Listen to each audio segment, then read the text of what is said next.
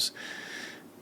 But you cannot force your higher self to do anything that it doesn't want to do, and you cannot force it to reveal itself. That's why I'm personally, opposed to things like psychedelic drugs. I understand a lot of people like it, and it's very trendy right now. It appears, and people think that if you take this chemical, it's like a key to unlocking the secrets of the universe. That's not true, because all you can do when you take psychedelic drugs is strip away your local consciousness. That's it.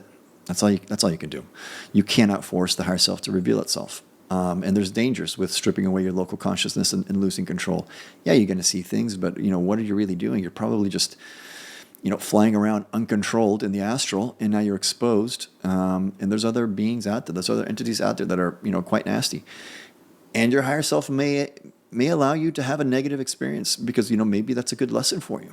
So your higher self is looking out for you, but it's ultimately interested in learning.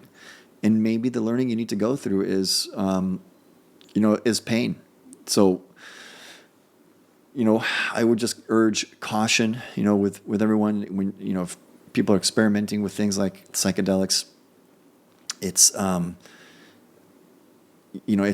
a good idea in my opinion. And I think typically it's going to backfire. And if you need that, because you need to prove to yourself that there's something like, that other dimensions exist, or there's more than just this physical reality. There's ways of doing that without using drugs. You don't need a chemical.